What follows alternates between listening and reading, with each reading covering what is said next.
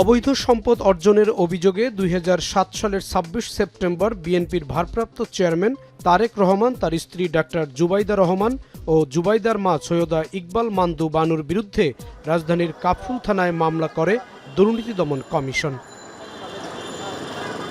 ২০২৩ সালের ২রা আগস্ট তারেক রহমানকে দুটি ধারায় ৯ বছর এবং তার স্ত্রী ডাক্তার জুবাইদা রহমানকে ৩ বছরের কারাদণ্ড দেন ঢাকা মহানগর বিশেষ জজ আদালত। রায়ে তারেক রহমানকে ৩ কোটি ও জুবাইদা রহমানকে ৩৫ লাখ টাকা অর্থদণ্ড দেয়া হয়। দীর্ঘ ১৭ বছর পর ৬ মে দেশে ফেরেন ডাক্তার জুবাইদা রহমান। ৩ বছরের সাজা থেকে খালাস চেয়ে আপিল করলে ৫৮৭ দিনের বিলম্ব মার্জনা করে আপিল গ্রহণ করে উচ্চ আদালত। ওই আপিলের ওপর ২ কার্যদিবস শুনানি শেষে বুধবার বিচারপতি মোহাম্মদ খসরুজ্জামানের একক হাইকোর্ট বেঞ্চ জুবাইদা রহমানকে সাজা থেকে খালাস দেন।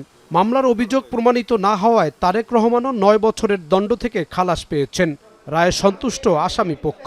প্রতিক্রিয়ায় বললেন, মামলাটি ছিল ভিত্তিহীন।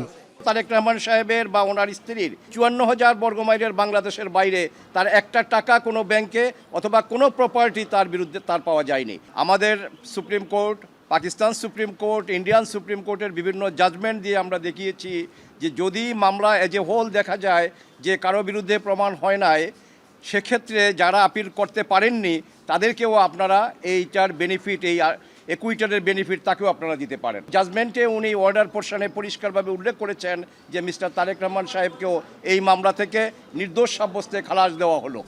এদিকে দুদকের আইনজীবী বলেন, যথাযথ আইনি প্রক্রিয়া অনুসরণ করে মামলাটি হয়নি, তাই আগের রায় বাতিল করা হয়েছে। একটা মানুষের বিরুদ্ধে তুমি অভিযোগ গঠন করছো, তার বিরুদ্ধে অভিযোগ কি?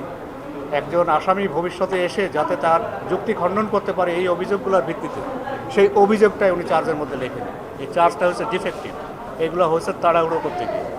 ২১ আগস্ট গ্রেনেড হামলা মামলা, জিয়া অরফানেজ ট্রাস্ট দুর্নীতির মামলা, জিয়া চ্যারিটেবল ট্রাস্ট মামলা, অর্থ পাচার ও অবৈধ সম্পদ অর্জনের মামলায় অন্য আসামিদের আপিল মঞ্জুর হওয়া এবং সাজা বাতিল করায় সবকটি মামলায় আইনি সুবিধা পেলেন বিএনপির শীর্ষ নেতা Tarique Rahman.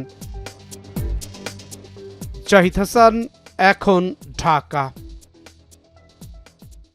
একনল advanced hygiene soap, এবার জীবাণু ধুলাবালি ঘাম ক্লিন বোল্ড।